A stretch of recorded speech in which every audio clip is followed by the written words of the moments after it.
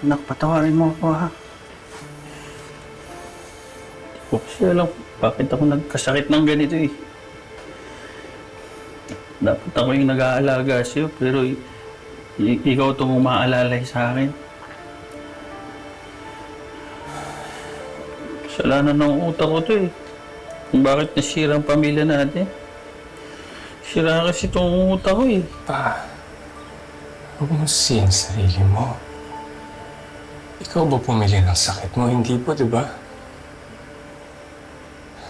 Kaya nga, eh. Oo. Inis ako sa sarili ko kasi wala akong silbi. Ano mga oras? Pwede hindi kita maalala.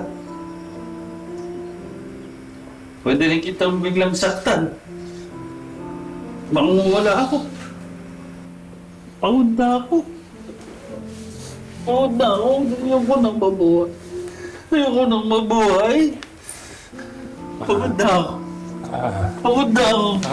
Pa, huwag ka naman sumuko, pa. Pagod na ako, eh. Pa, tingis ka, pa. Tingis, ha. Pa, Pagod na kasi ako. pa. Pa. Huwag ka naman sumuko, pa. Kasi ako kahit kailan, hindi po ako susuko. Hindi ako mapapagod na alagaan ka pa. Naipaalala sa'yo na ako si Ruslan, nag-iisa mong anak. Pa, hindi ako mapapagod na mahalin ka. Naintindihan mo ba ako, pa? Ha?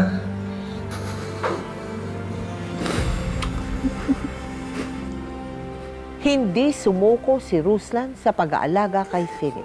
Kahit nahihirapan na siya na pagsabayin ang pag-aaral at pag-aalaga sa kanyang Lola Lilian at Papa Philip, ay mas nangingibabaw ang pagmamahal niya sa kanyang ama.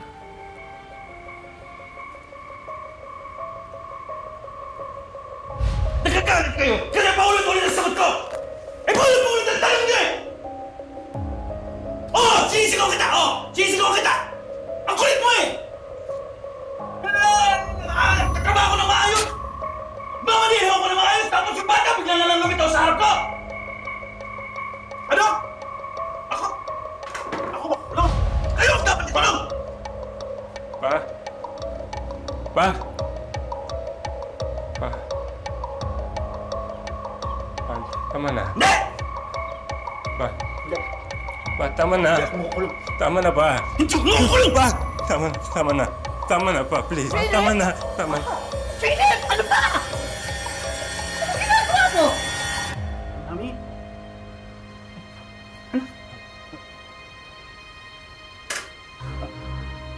Anak? Bakit? Sinisigawan mo si Ruslan!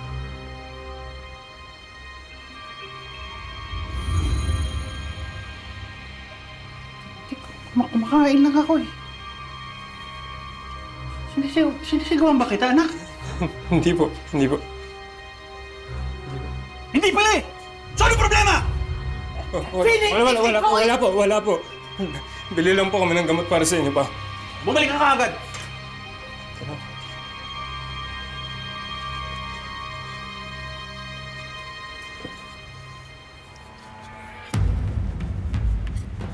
Dahil lumalala uli ang sakit na schizophrenia ni Philip, ay minabuti ni Ruslan na ibalik sa mental facility ang kanyang ama.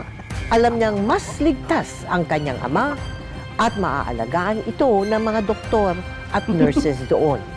Subalit, hindi naging madali para kay Ruslan ang desisyon na ito.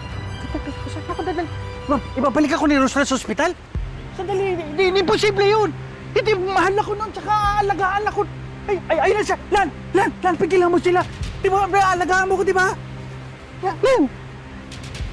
Lan!